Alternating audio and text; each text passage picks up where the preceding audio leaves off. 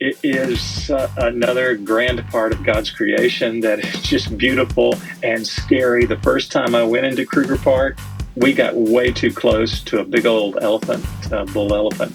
And he, in an effort to protect his family, he turned on us and did his ears and scooted dirt under his feet. And I just had my hands on the steering wheel and I looked straight forward and I said to Stan, I feel very alive. But could be very dead soon. Today's youth need teachers, volunteers, and most of all, well, they need you. I'm Doug Edwards, and I'm going to be talking with real youth mentors and students to give you the knowledge you need to be the best youth worker possible. This is Youth Worker on Fire. Oh, you're trying to bring me down and run me out of town. You're taking what you want, but you can't take my rhythm now. I'm walking to my own beat, just gonna be me. I'm not replicating nobody. Hey, youth workers, this is Doug Edwards with Youth Worker on Fire. And for the second time, I have my friend Maury Buchanan. Hey, Doug. Hey, Maury. Listen, man, it's been a while since we did this podcast. And for those of you who have not heard Maury's podcast, I meant to get the number up, but if you'll just go scroll through, you'll find him and you will want to hear his testimony and a lot more history. We're not going to go through all that history this time or anything, but I interviewed his buddy, his friend, Jimmy Rivera, a while back, sent it to you, and you were getting to get on a plane, ready to get on a plane to South Africa. Yep. And so tell me about South Africa. Tell me about your trip this time. Tell me all the details that you want to tell us that will help youth workers, but mostly that will just give your story. I want to hear your story from this trip because if I know one thing, no one trip is like the other. That is correct. They all come out different no matter how many times you go to the same spot. So tell us about your journey 2022. So Maury, go for it. You set it up well, Doug. Yeah, we, the founder of an organization called Mission Discovery, does short-term mission trips to now 14 nations. I retired in 2018. And Mission Discovery, just to let you know that they still like me and I didn't leave under duress. They still ask me to run mission trips. So that's occasionally I say yes. And this is one of those trips that I said yes to. Myself and another one of the staff, Nathan Walters, who will be the new president of Mission Discovery at the beginning of 2023. And I went over to Johannesburg, which you mentioned. However, that is the jumping off point for a trip to Bulembu, which was formerly Swaziland, Bulembu, Swaziland, now called Eswatini. And the name Eswatini means Swaziland. So there you go. It's I don't know. I'm glad you cleared that up. Hey, yeah, it's a cultural thing. So we are calling it Eswatini now. Yeah, there is a backstory to that, and I'm hoping you'll tee that up a little bit later. But we took a group, actually a smaller group than normal. Normally taking about 35. We've taken as many as 40 at a time to Bulembu, Swaziland. And this trip had 17. These are mostly adults and some students who go on the trip. Some youth pastors have brought their teams to Bulembu. It's just expensive to get there. You know, probably you're going to pay at least $1,200 to $2,200 for a round trip ticket into Johannesburg. And then it's a 6-hour drive over to the border at Eswatini. We have the opportunity to enter the country right at the border of Bulembu. So once we cross the border into Eswatini, we're in the town of Bulembu. Bulembu, just a little backstory on Bulembu. Bulembu was a thriving mining town, and when the product that they were mining came to the end of its life, no longer wanted by the world, Bulembu was deserted, and the mining operation was sold to a liquidation firm who began to sell off the assets of the town, the mining equipment, even tearing apart buildings that they could sell doors or toilets or whatever was available that had value. Teen Challenge, Eswatini, had a building they used as a treatment facility for boys who were recovering from addiction. And the leader of that organization there, he asked if he could buy the building. And they said, why buy the building? Why not buy the whole town? And he said, well, I'd never considered that. And so He went to a group of businessmen. They put together money, and just through a few changes, eventually the ministry owned the town at an incredibly reasonable price. Of course, when I went over for the first time in would be 20 around it would be 2008 that Stan Harrell and I went over to South Africa and then to Eswatini. I asked them what were their first fears after they got the property. You know, Doug, when you have this, you've had these things happen where you have a grand vision, yes, and then you get it, and you get the vision, right? And then you say, "What have I done?" Yes, you know what I'm saying. Yes, I do. So they said they didn't have anything to say. They were fully acquainted with the town because Kevin Ward, who was the director of Teen Challenge, had been up there so many times. But I said, I would have asked, where does the sewage go? I would think that would be the most important thing immediately. It's like, where does all that go? And where does the water come from? Right. So yes. that was it. You know, toilet and water. Important elements of a town. Well, and you've been to a lot of countries, so that would be one of the things you'd be asking. I've been to some of those countries with you. you sat on a toilet I dug. Yes, exactly. Doug. And, you know, yeah, there you go, Doug. By the way, I love that your name is both a noun and a verb. It is. You know, and it's like most that. people would tell you that I am a noun and a verb. So you are that. But anyway, the team goes over and every year and really it's restoring a town, but the town had to have purpose. Eswatini had at one time the highest rate of AIDS in the world. According to the authorities who track these kinds of things, at the time when it had the highest, it was predicted that Eswatini would not exist by a certain date if this rate of AIDS continued. Of course, the World Health Organization, medical experts provided medicines and education to the people of Eswatini, and it is under control. It is no longer, the population is no longer in negative territory as far as living and dying. So the purpose of the ministry there would be there's a large orphan population, over 150,000 orphans. Mostly orphaned due to the AIDS pandemic that was happening, needed a place to live. This is in a country of only about 1 million people, Doug. So it's 150,000 in 1 million. So Kevin Ward had experiences in orphan care, and decided that he would create a model in Bulembu that would create businesses in the town. At one time, this town was a thriving mining town with businesses, grocery stores, bakeries, a golf course, all these things going on in the town, a clubhouse with a pool. But it was now in disarray because of the liquidation that had happened. So he thought, you know, if I restore this town, I could have 5,000 orphans here.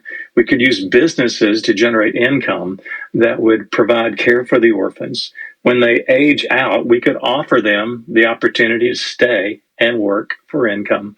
We could teach them things related to work in the community because we have a working environment where we could bring students in and they could learn beekeeping, they could learn forestry, they could learn the timber industry, all these industries they could learn. And if they chose not to stay, they could be prepared before they ever went off to college. Or if they chose not to go to college, be prepared with a trade that they knew something about, which gave them a huge leap in the country. The motto of the town, and I won't get it exactly right, is they want to build the leadership for the next generation of leaders in Eswatini. In other words, they want their students to become adults who lead the nation. So that's the kind of vision they have that goes forward. They continue to have a need, probably greater now than ever, for supporters. But eventually they would, and this is something I've talked to them about, because you and I, having a Youth for Christ background, both you and I raised support to stay and work to be able to do what we love to do, and we believe that people loved giving their money away. and that people had already decided what to give away, and they were looking for a place to give it. And so you and I, spent time with people that we believed had a heart for giving and would give to Youth for Christ to help in the work. Same for Bulembu, but they would hope one day to tell a donor, hey, we're self-supporting with the industries we have. We no longer need your support. Now that would fly all over you and I, because we would never tell anybody that we no longer need their support, right? So I said, so you're going to say to me, and so we've had these conversations about that. No, well, really, we would really like for you to continue, but we want you to know. And I think it's probably more of like, hey, listen, we're doing diligence to say we're working at this to have a base of support. Should donors ever just drop out, that we go on? Because, Doug, that was always the deal at when you and I were raising financial support. It's like, gosh, if one of our big donors stopped, whoa. So we were always really after the smaller donors. They were so valuable to us. $10 and $20 a month givers were just invaluable. Yes. And we sure appreciated the big donors each month. However, we always knew if they went away, we had to have that base. And so that's pretty much what Bulembu is saying, is we want to create a base of industry so that we will continue regardless of donor support. So the industries that they built around the community were timber industry. They have a lodge business. There's a cool lodge, and our teams stay in the lodge. In the lodge, you get 3 meals a day. It's as far as mission trips that you're familiar with Mission Discovery, this would be like a very soft landing for you. You would say, oh my goodness, you've kept this from me. Why did you do this? I know. Well, yeah, I'm feeling it right now. Just thinking about that. Okay. So this is a great place to land. For those of it that say I could never do a mission trip, because they kind of know what you and I have done in the past, and they've seen your videos where you took students. Mm-hmm. This is a little different, actually a lot different. So a lodge is one of the business. Another is beekeeping and honey, and then a bottled water industry that provided clean bottled water to the nation. What else? They have a bakery that sells bread inside the community and has it for the children as well as it's a dairy farm. That's mostly for the children and their milk products and masi and the butter and things like that. So is it mainly, and I'm going to ask just a random, curious, stupid question, cows and goats? No goats. No goats. How about that? What? No goats. No, yeah. So yeah, it's not a goat farm. Is it just because they don't do goats in Africa, or what? Because we always think goats when we think Central America as well as. So I'm not sure. I'm not an animal husbandry guy, but I don't know. That would be a great question to ask them. Here's the deal. But for a guy like you who brings a question like that, they would say, Doug, explore that for us and see how it can be a profitable industry with what you see we have here. That's the kind of missionaries they are there. That's good. So these are passionate men and women in leadership who are employing the nation locally there in the industries. However, COVID changed all that industry, Doug. So this is now you get to see the value of the donors. Of not reaching that time in your ministry life where you say to a donor, we no longer need you, because the COVID industry changed the timber industry, because during COVID lockdown, which is still kind of occurring over there a bit, transportation is just getting back up to speed. They put a dollar figure on it, on the number of trucks with timber on them that are waiting to go to market, that have sat there for months. They just pre-pandemic decided to switch a bulk of their timber industry to essential oil industry, where they could grow the trees smaller, harvest smaller trees. You harvest the leaves, you put them through a processor, create essential oil. And this is a lavender product. And then mid-pandemic, the essential oil business, you may know this, hit bottom as far as that end of it. No, I did not. our wives, still have plenty of oil. We're slow going through a bottle of oil that big, right? But Yes. but the industry tanked. So troubles there, and then Bulembu could not get the bottled water to market. Oh my. Stores were closed. So this is like they have done as far as most of the business. Honey. Think about this. So you got your honey boxes out there. I don't think I forgot what you call those. They put them out in the forest on land they own. I think they still call them hives, don't they? Hives, yeah, okay. The hives are stolen. They're susceptible to fire, to honey badgers, and so forth. That was just, but still, it was profitable. But because they could not get it to market, it's affected that. It's still open. That's the business is open. The lodge business is open. Dairy is open. So they have new challenges as far as the business goes, but they have donors.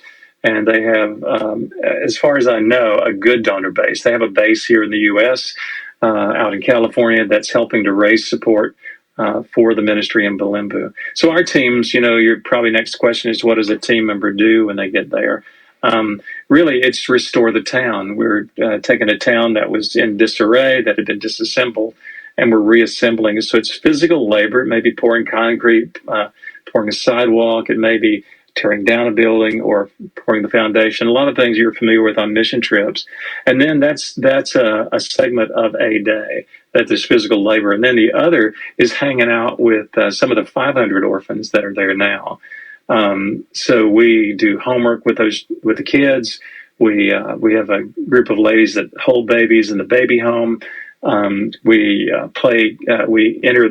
Each day is a different kind of afternoon for the children there. Then we have sports one day, clubs another day, music clubs or art clubs, or so we're involved in those clubs or activities per the assignment for the day.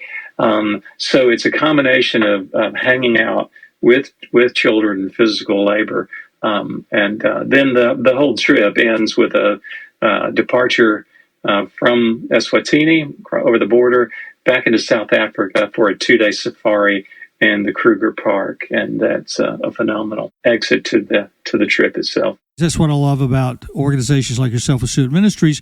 You understand that students and their staff need a fun time at the end. They need something that kind of releases them from all the pressures they've been under during that time. And so tell us about this year's, because we've talked about this before, I think, in the other interview, but tell me this year about your time in the park and staying there and stuff, because to me that is as much a spiritual event as everything else that you're doing. And then I do want to circle back. I want to talk about those 500 orphans again.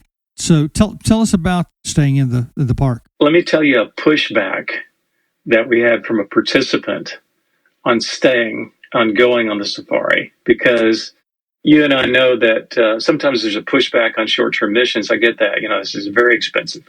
So very expensive. And why do you do that? Why don't you just send the money? That's one of the pushbacks. Right. I could address that later if you'd like. But the next piece is we had a lady, and this is exactly what I'm looking for. Well, this is one of the things. Of course, it's exactly what you said. Is like a day to wind down and ponder what you've been through. Yes. So it's a very well done safari. We meet safari vehicles at the park entrance to Kruger Park, and it's an open safari vehicle, just like you would see, on television shows. For those of you who've not been on a safari in Africa, it's that open safari vehicle. And if my understanding is right, it is the premier park in Africa. I guess I'm not researching, but the one in Kenya, would certainly rival it, I guess. But it's a phenomenal park. The park is the size of the state of Maryland. So it's a wildlife reserve. So you're on paved roads, then on dirt roads on the safari, often on dirt roads. So the pushback was when we got to the lodging place that we stayed in. It's a very nice place called Hippo Hollow. And a lady says, how in the world can you stay at a nice place like this, having just come from where we came from? And she was just moved by the story of the children having come from poverty, the hardships, what it took for them to get to where they are today. And we were in a really cool place, for our lodging for 2 nights. And I just said, ma'am, it's the cheapest place we could find. It's like, this is it. And all the other expensive resorts we couldn't afford. But it was, because, missions, we're looking for value out there when we book a place. But Yes. it was, it was, according to U.S. standards, it was, and for putting multiple people in a room like we do, it was very affordable. But that's exactly what I hoped, that there would be a struggle, because there could be. Kids come back from mission trips, Doug, to Mexico, where they're building a house and a garbage dump, and they come home and they say, "I'm going to sell everything, Mom. Yes. I'll never be the same." And within weeks they're back to being the same. And however, they won't forget this. I had a student who's now in his 50s come to me and said, "I'll never forget my time with you in Reynosa, Mexico, building a 12 by 16 foot house and the family that we built for." And he knows the names of the children, and he prays for them, and it shaped his life. And he says, I want my kids now to be on one of those trips. And so I like this struggle that happens, and it happens for you and I, when we come home, that we review what it's like here. I've got a clock over this shoulder, and a clock is only on the wall to tell us how much time we have left in life, because we don't have clocks in eternity, right? We don't have them there where we're going, Right. And so we don't need them. It's eternity. This says I've only got so much time to do this, and so I think part of coming home from a mission trip is reviewing my life, what I have left of it, how I could invest it differently. So that's that. But the safari is phenomenal. So that's the pushback story. Other than that, it's we're looking for in Africa those what we would call the big five of the safari park, the big five animals. Don't ask me to name them. I'll get four of them. But I know them. I know them when I see them, Doug. Yes. So, That's good. That's what an one of elephant looks like. I do. That's one of them. Yeah, that's one. And the that rhino, was just an educated guess on my part. That was, you guessed correctly. I think you need that I think they need to put a ding in the podcast there. Yes. So there it is. But so it's all of that. It is another grand part of God's creation that is just beautiful and scary. The first time I went into Kruger Park, Stan and I went in to check it out, like a good mission trip, setup trip, and we went in a little red small Toyota, and we got way too close to a big old elephant, bull elephant. And he, in an effort to protect his family, he turned on us and did his ears and scooted dirt under his feet. And I just had my hands on the steering wheel, and I looked straight forward, and I said to Stan, I feel very alive. But could be very dead soon. Oh gosh. So yeah. So anyway, no, it is that, and it's a great end to the trip, and then you still got about a 5.5 hour drive back to Johannesburg at the end of that trip to board your flight home. Okay, now let's get you. I think you and I can avoid our personal feelings a lot, because we have so many good stories. Now, I don't know where this is going to go, but here's what I want. Tell me about this trip and you. If there was two things that just kind of nailed you this time, what were those things that just kind of got spoke to you about, or that just emotionally it got to you, or you just became so happy? I mean, your phrase is happy, sad, mad, or glad.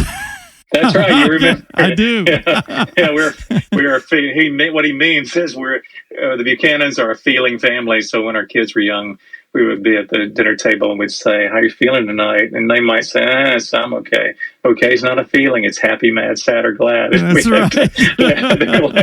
I learned that from you, and it has stuck with me. So yeah, there you go. No, so no, those are still key words for me. I used the word happy at church. A guy asked me how I was. I said, "I'm happy today." He said, "That's a great word." But yeah, so feelings wise, first thing that came to mind is when Ann and I, as a couple, went to Bulembu as together for the first time. This was the second year of us being over there. At the time, they were putting each participant in one of the homes that housed orphans. And the way it works is that there are small homes. They're about, I guess, maybe about 50 by 20 feet, maybe a little smaller than that. And they house 8 orphans each, and each of those 8 orphans is cared for by an auntie. So there are lots of these little homes. If you go to bulembu.org, you'll see on their website all these little homes on a hill. And that's what you're looking at. Or many of them are the orphan homes. Some are the workers' homes.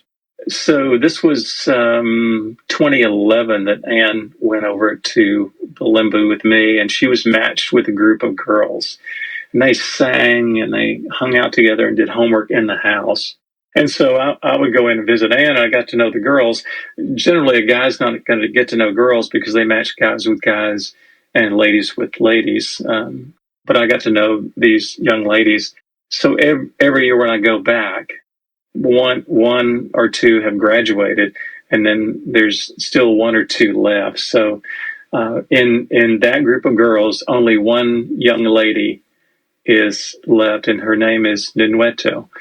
And so it's like this reunion of, she's become like our own child. And so she said, "Stay here, I want to show you something."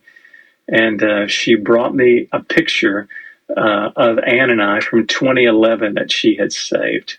At the end of the trip, she's asked if we could send her a new photo. And I said, it takes a long time to get there, and yes, I will.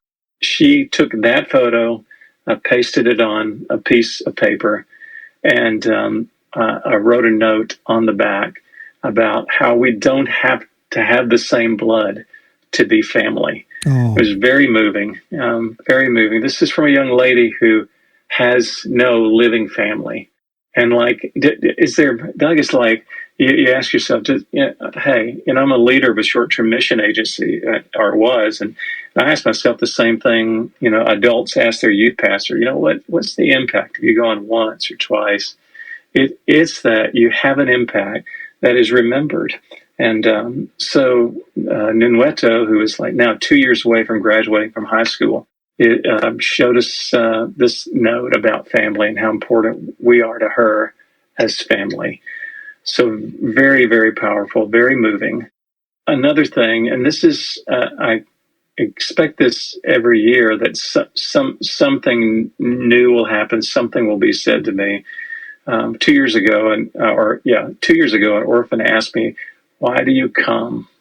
Wow, that's a good question. Why do I come? What is my motive? I could have said, "Well, I'm just the leader. I'm just here to help facilitate. I've come to get closer to God." I could say that.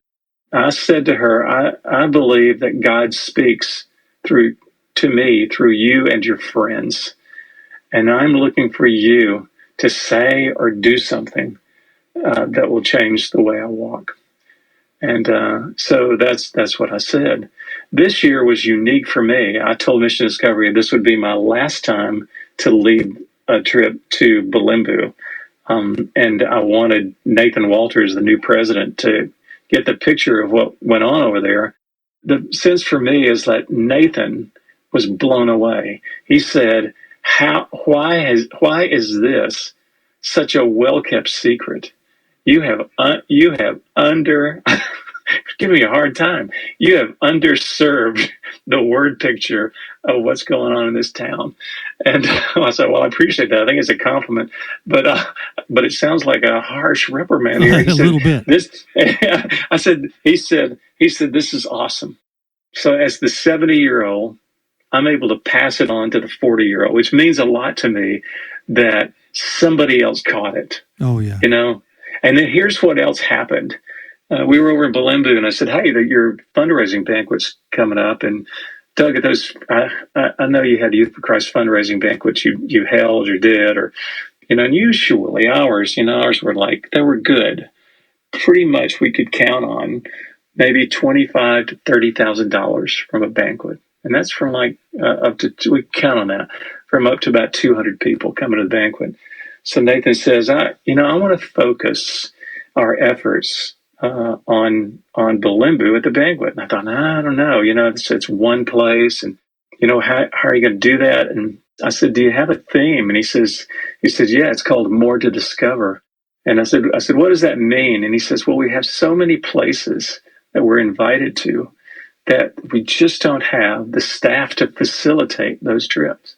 And I said, is it still about the same to have a staff to run multiple trips and open a new area is about $30,000 to kick all that off and per person, right? And they usually will run about 5 different trips, or they could do 5 different countries if they're 1 week at a time.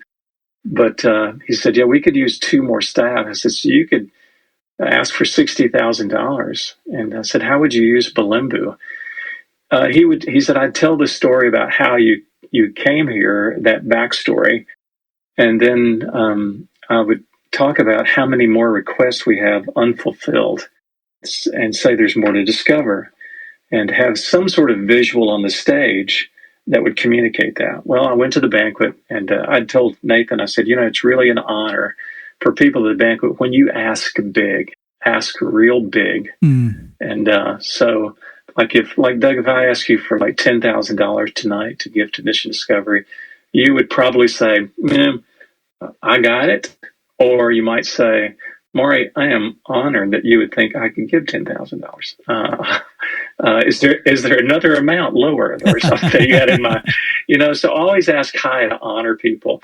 So Nathan got there. When I got there, on the stage were 13 blue doors on the stage with names of countries where Mission Discovery serves, including Eswatini.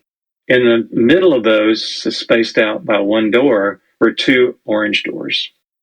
And nobody explained what that was about until Nathan got up to talk. He played a video related to Bulembu, talked about the invitation, how it came about. And then he says, we have these doors that represent all the places we go. The video ended with these multiple emails flashed on the screen and voices saying, please come, please help. We're a small mission agency. We're a small mission base in Africa or India, a small mission base in South. And these requests just piled on top of each other on the screen and on voices, multiple voices were talking. I felt like, I wonder if this is what God hears in our prayers. It's like this mumbling kind of thing finally. And the screen went to black and said, there's more to discover. And Nathan stepped on the stage. He says, these 2 doors represent 2 locations that we don't have the money to get to. You've seen the request. You've seen what we've done with the money that you've given, represented by these 13 doors. We're asking you to provide $60,000 tonight to make this happen. I asked the next week, I called Nathan up. I was expected to hear like, yeah, we got our $30,000. I said, how much did you raise for the banquet? He said, $100,000. Well, I'll be. How powerful is that, Doug? How cool is that? Very cool. So cool. For me, I helped Nathan write the banquet video. And I said, it would be cool, Nathan, if you had as a centerpiece on the table a little treasure chest, one of those little small things you can get at Hobby Lobby, and say something like, one of your seats has a number, has a blue card under it, or a seat is coded, and if that's you, open the treasure chest, and there would be a $50 gift card in there, and then you would say, you see, just when you thought it was over, there's still more to discover. Ooh, I thought that was really good. That's really good. I thought it's great. It's what a great thing. And then he did it. He did it. He did it. It was great. Oh, it was awesome. I loved it. So for me, it was just this sense that part of everybody's journey is passing it on, right? It's not just keeping it. Yes. But there's a time to say, it's done for me. How do I pass it on? And so it was just it was as awesome as the ending in 2018 for me when I retired from Mission Discovery. That was my last trip. Mm-hmm. And I don't know if I told that story on the last podcast, but it was a powerful exit. And this was to knowing that really a sense that Mission Discovery is in the same good hands as Jimmy Rivera has given it when I passed the torch to him, that Nathan Walters will step in, Jimmy will retire next year.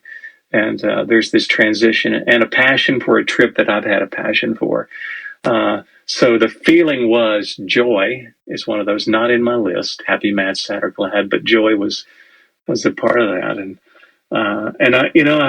I listened to Anne Lamott do a TED talk on the way home from this trip, and man, she nailed it. She did. I think it's like 11 things I know are true, or something like that, from a book she wrote, and she said I just, Doug, I feel like I'm 70, but I feel like I'm still in my 40s. I know you feel like that too. Yes. I do things. Tim Hansel says, when he bent over to tie his shoes, he would say, "What else can I do while I'm down here?" I get that. It's like I'm gonna multitask. But I still feel like I'm in my 40s. And then Anne Lamott, I was listening to her a TED talk, and she says, "I have a friend who's in his 80s, and he says he feels like he's 47, but with something terribly wrong with him." So, I just know that I'm 70 when I walk by a mirror and I look like my grandfather, but I still have energy. I still want to pass it on. I still love this piece of hearing people's stories and the changes that have happened to them over the course of life because of Jesus. So yeah, those would be my two takeaways: is the young lady who talked about family and included me, and then being able to pass off something that has already gone to much bigger things than I ever saw at Mission Discovery, at the banquet, and with Nathan's passion for Bulembu. Well, I don't want to go any farther than that because I have 100 more questions for you, but I think that what you've landed us on is so impactful that I don't think we need any more for this episode. I do think you and I need to talk again in the near future. I'll give you a breather of a couple of months. let you catch up from this one, Yeah. But the one thing that I heard that really helped me, because there's people who possibly have not done student ministry don't understand, I think, about those of us who have lived a lifetime in student ministry, is that when I left my last place, they said, you've kind of left, you're done now because, and I said, God had told me really during that meeting when they asked me, how are you going to do this next year? How are you going to, and I remember hearing God in my spirit go, "Doug, it's over." And I said I could be gone in June. And that was like March. And they said a year from June. I said, no, I can be gone in June. And we discussed it. But this one guy said, "So, well, what would you like to say?" And I said something. He said, "So what you're trying to say is you've left it all on the field. You've done everything." I did not mean that. I didn't, but I had nothing else to say and I could not refute it. But I knew that that's not what I meant. Because in my spirit, in my mind, no matter how old I get, I've never accomplished all that I set out to do. Yeah. And there's so much more. I knew you do this. I know you don't think you do this, but you inspire me all the time in so many things, even without talking to me, because there's so much that you and I have discussed in the past. So many things I've been with you, just watching you and watching Jimmy and watching Mission Discovery do and knowing your history. So I just pray that the people who listen to this episode get just a fraction of what I have gotten from it and from you and your life. If it does nothing else but encourage you that I'm encouraged, then thank you very much. Thank you. Well, hey, when I was on church staff, I had a guy come into my office and say, "You must have a long-term vision of these kids." I said, "I'm sure I do, but I don't know what you mean by that." And he said, "You see them coming back into your office in their 30s and 40s, saying, 'I really didn't get it in that meeting you held, but I really get it now. I can't shake it, and thank you.'" And I've had some of those kids revisit me, and even had a reconciliation meeting with one of my old youth staff that I just got angry at. Yeah. we had lunch last week. If you've done student ministry, you will have at least one of those. Yeah, this reconciliation took 20 years, Doug. That's the kind of spiritual growth. That's how slow I grow. But we had a great lunch, and we said, "What happened to us?"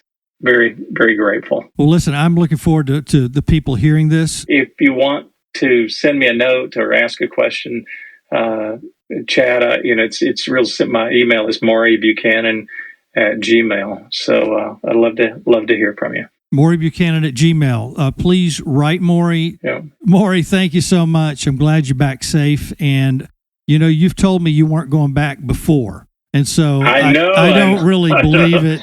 I'm not trusting that yet. We'll find out later. We'll see. Yeah, they're already asking me. So, but thank you, Doug. Awesome, very encouraging. Thanks for your words. Hey, thank you, man. Tell Ann hello, and I'll talk to you again. God bless you guys. You've been listening to the Youth Worker on Fire podcast. If you like what you hear, please subscribe and tell your friends. Also, leave a comment and tell us what you think. Stay tuned for more informative episodes.